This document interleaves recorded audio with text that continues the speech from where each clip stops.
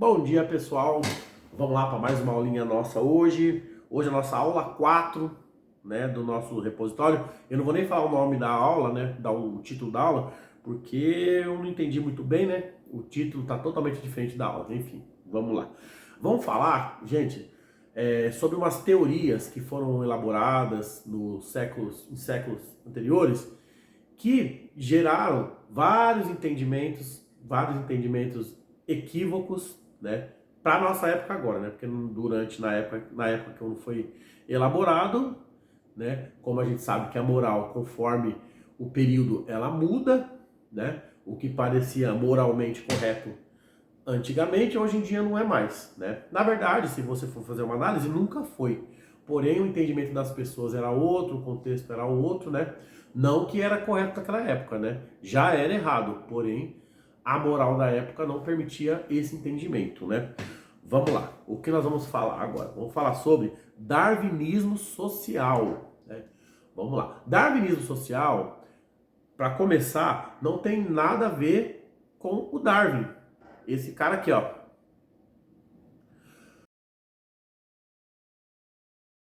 O Charles Darwin não tem nada a ver. Por quê?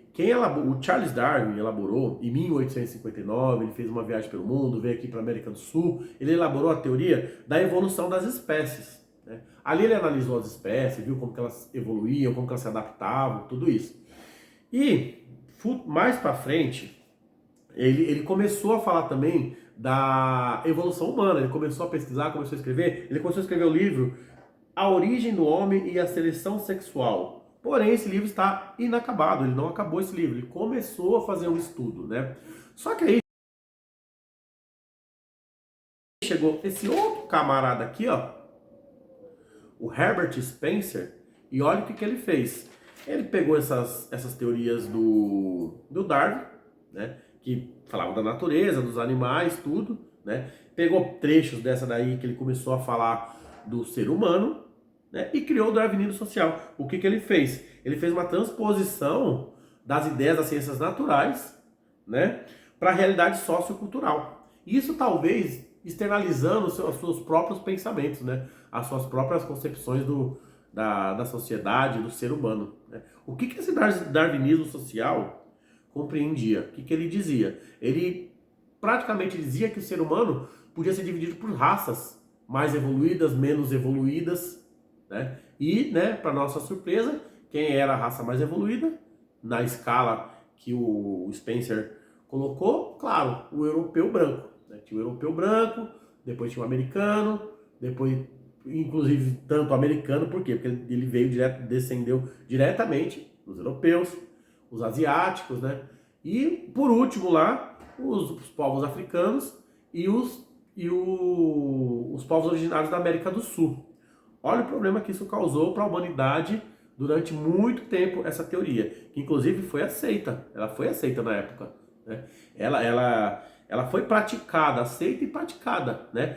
Tanto, tanto para justificar as ações dos países, né, ditos topo da pirâmide no mundo, como por exemplo no neocolonialismo. Eles colonizaram, invadiram a África, né, tomaram tudo aquilo ali, por quê? Porque eles estavam com a justificativa de estar levando civilidade para aquele povo atrasado, levando cultura, levando educação, levando conhecimento, ajudando aquele povo a evoluir, né? Nessa escala aí de evolução humana.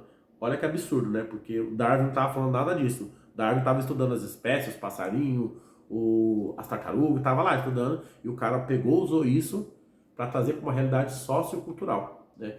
Criando escalas de seres humanos, e isso gerou problemas por muitos séculos. Outras linhas de pensamento que usou muito isso foi o nazismo, fascismo, né? Porque ainda isso também já gerou aquela outra teoria do eugenismo. Olha que coisa, que falavam que existia uma raça pura, que uma raça muito resiliente, que sobreviveu à era do gelo, que por isso ela se adaptou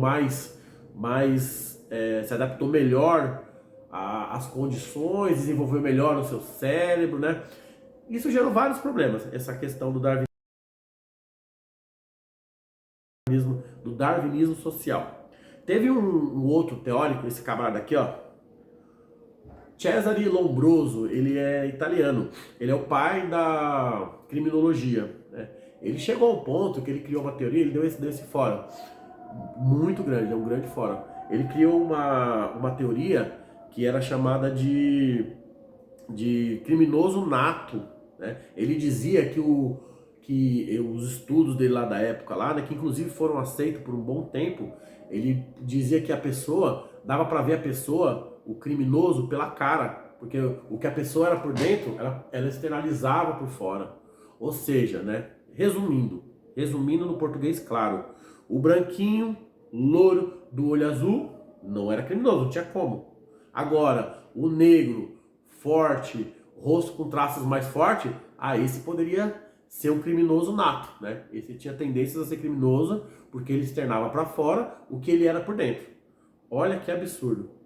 Conforme a análise ele poderia fazer uma análise do esqueleto, daquele esqueleto, para saber se a pessoa, como que era o maxilar, como que era a face da pessoa, como que eram os traços da pessoa, corpo, se ela poderia ser um criminoso. E isso foi uma teoria aceita por muito tempo, né? E que reflexo isso teve no Brasil? Teve reflexo aqui também, né? Na época do Brasil Império, teve a questão do branqueamento da população. Eles começaram a incentivar a imigração de pessoas da Europa para cá, né? E proibir a imigração de africano só se for para ser escravo. Se fosse para ser escravo, vinha, né? Aí começaram a incentivar europeu, asiático vir para cá, para asiático que não seja povo originário, né? Que não seja indígena, que seja japonês, que seja chinês, que tenha que esteja naquele grau lá mais para cima da pirâmide social, né? Que eles colocaram lá no ser humano, né? Porque o que eles diziam naquela época? Que vindo essas pessoas para cá, né? Como aqui era um país praticamente 80% de pessoas negras, né? As pessoas que vieram da África forçadas para cá para serem escravizadas, né? Era a maioria, né? Eles queriam trazer pessoas brancas para cá, tanto que vinha para cá, o governo até dava terra, era daquele jeito, né? Era como a gente já sabe. Vinha para cá para quê? Qual que era a intenção? Era balancear essa proporção de pessoas brancas e pessoas negras. Eles imaginavam que quando viesse para cá, né, os brancos iam aumentar a população e nisso ia diminuir os negros. Por quê? Os negros eram, na mente deles, né, era mais fraco intelectualmente, então eles não iam se desenvolver, eles iam acabar acabando com essa população e aumentar a população branca, o que traria um ganho para a sociedade, né? Só que eles não contavam com uma coisa, né? Com a miscigenação, e que nem todo mundo pensa assim, né? E isso foi o que deu errado pro pessoal do branqueamento aí no Brasil nesse período, né? Teve um outro cara que ele criou um outro mito, esse mito também é terrível, é o Frederick Douglass, esse outro camarada aqui, ó. Ele criou a teoria do self-made man, né? Que o homem se constrói, o próprio homem se constrói, se fortalece a partir do tempo, a partir da resiliência, da forja, sabe? O cara que... E, inclusive essa também é uma das bases do eugenismo, né? Que eles falam que essa população, né, sobreviveu à era do gelo, então era mais forte, né? Então ela se construiu, ela teve que sofrer para se construir, né? Para ser forte, para ser resiliente, para ser inteligente, a ponto de estar no topo da cadeia, né? Todas as teorias que, assim, teorias racistas, hoje em dia seriam consideradas teorias racistas, né?